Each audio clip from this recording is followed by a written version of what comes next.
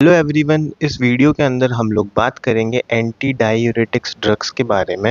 Anti diuretics drugs जो होती है ना, उसकी डेफिनेशन क्या है, इसका क्लासिफिकेशन क्या है, इसका मैकेनिज्म ऑफ एक्शन, इसकी यूजेस, कॉन्ट्राइंडिकेशन और एडवर्स इफेक्ट, इन सारी चीज़ों को हम लोग इस वीडियो के अंदर डिटेल में कवर करेंगे।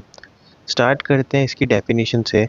Anti diuretics is a substance. सबसे पहले तो ये ऐसा सब्सटेंस या मेडिकेशंस है that help to control fluid balance in our body by reducing urination। Anti diuretics जो है ना, वो डायूरेटिक्स का जस्ट अपोजिट है। यानी कि डायूरेटिक्स के अंदर तो क्या करते थे, हम बॉडी से एक्स्ट्रा फ्लूइड को बाहर निकालते थे, जिसकी वजह से एक्सक्रीशन इंक्रीज होता था उसके अंदर और यूरिनेशन इंक्रीज होता था। ठीक है।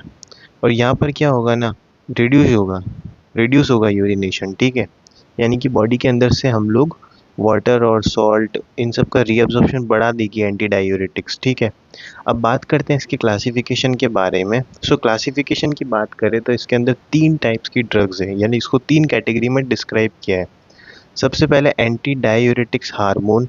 ठीक है। इसके अलावा थियाज़ाइड डायूरेटिक्स और मिसलिनियस। ठीक है।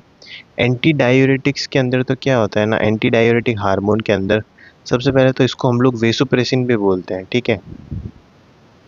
इसको वेसोप्रेसिन भी बोला जाता है एंटी डायूरेटिक हार्मोन को। इसके अंदर जो ड्रग्स आती है वो है लाइप्रिजिन, डेस्मोप्रेसिन, टेरलीप्रेसिन एंड फेलिप्रेसिन। ठीक है। इसके अलावा थियाज़ाइड डायूरेटिक्स के अंदर आती है हमारे पास अमाइलोराइड, और इसके अलावा कुछ कॉमन मिसलिनियस ड्रग्स भी है जैसे कि क्लोर प्रोपेमाइड और कार्बामेज़ेपाइन। ठीक है। हम लोग बात करते हैं इनके मैकेनिज्म ऑफ एक्शन के बारे में। Mechanism of action of ADH यानी कि एंटी डायूरेटिक हार्मोन और वेसोप्रेसिन। एडीएच की हम लोग बात करते हैं इसके मैकेनिज्म ऑफ एक्शन के बारे में। Anti diuretic hormone also known as vasopressin primarily working by binding to the receptors in the kidney. Kidney के अंदर जो रिसेप्टर्स होता है उनसे जाकर के बाइंड करती है और वर्क करती है, specifically in the distal convoluted tubule and collecting duct. जो नेफ्रॉन का पार्ट होता है ना, डीसीटी और कलेक्टिंग डक्ट, वहाँ पर जाकर के ये रीअब्जॉर्प्शन को इंक्रीज करती है। ठीक है। वाटर के रीअब्जॉर्प्शन को इंक्रीज करती है और यूरिनेशन को रिड्यूस करती है। कौन? Anti diuretic hormones. ठीक है। अब बात करते हैं थियाज़ाइड के बारे में।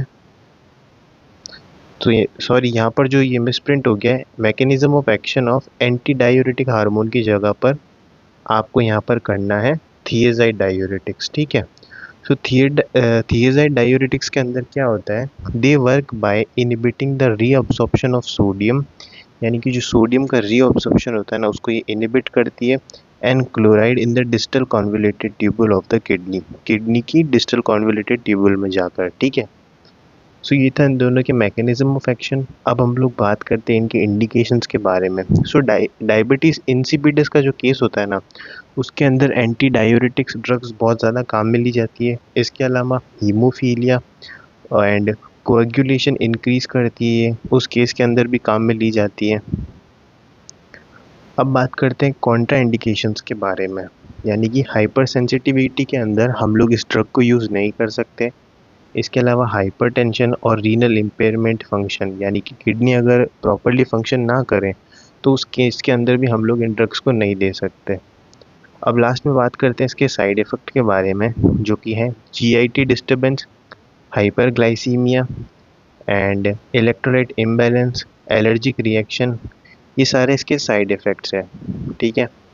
आई होप आपको पूरा टॉपिक समझ आया होगा। आप इसकी पीडीएफ भी जाकर डाउनलोड कर सकते हो एनएसजी लाइब्रेरी से जाकर।